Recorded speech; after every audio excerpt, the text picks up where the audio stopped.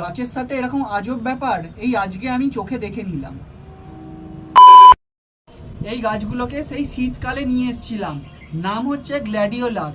এই পেঁয়াজের মতো দেখতে, এইগুলোকে আমি নিয়ে এনেছিলাম 10 টাকার বিনিমূল্যে, আর আমি ফেলে রেখে দিয়েছিলাম, জানি কোনো গাছ টাছ হবে না।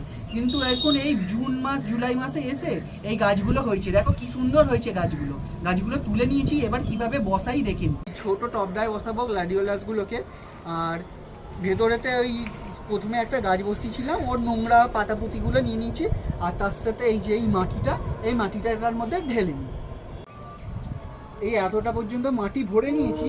এবার এতে এই পেঁয়াজের মতো গাছ, মানে হচ্ছে এই গ্ল্যাডিওলাসগুলো, এইগুলোকে এরকম এক এক করে রেখে দেবো।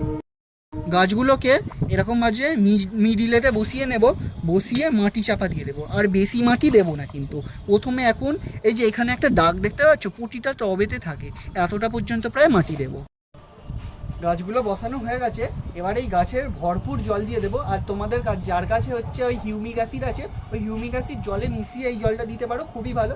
আমার কাছে আপাতত নেই, আমি হচ্ছে 1-2 দিন পরে আবার ইউজ করব, বা তারও 2-3 দিন পরেতে, যখন হচ্ছে মাটিটা শুকিয়ে যাবে।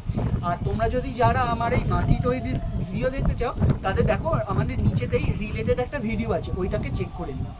আর আজকের জন্য এতটাই ছিল, আজকে দেখিয়ে দিলাম গ্ল্যাডিওলাস কীভাবে বসিয়ে দেয়। যদি ইনফরমেটিভ লেগে থাকে ভিডিওটা, তাহলে আমাদের এই ভিডিওটা লাইক করে দিও, চ্যানেলটা সাবস্ক্রাইব করে দিও। এতটাই আজকে ছিল, টাটা।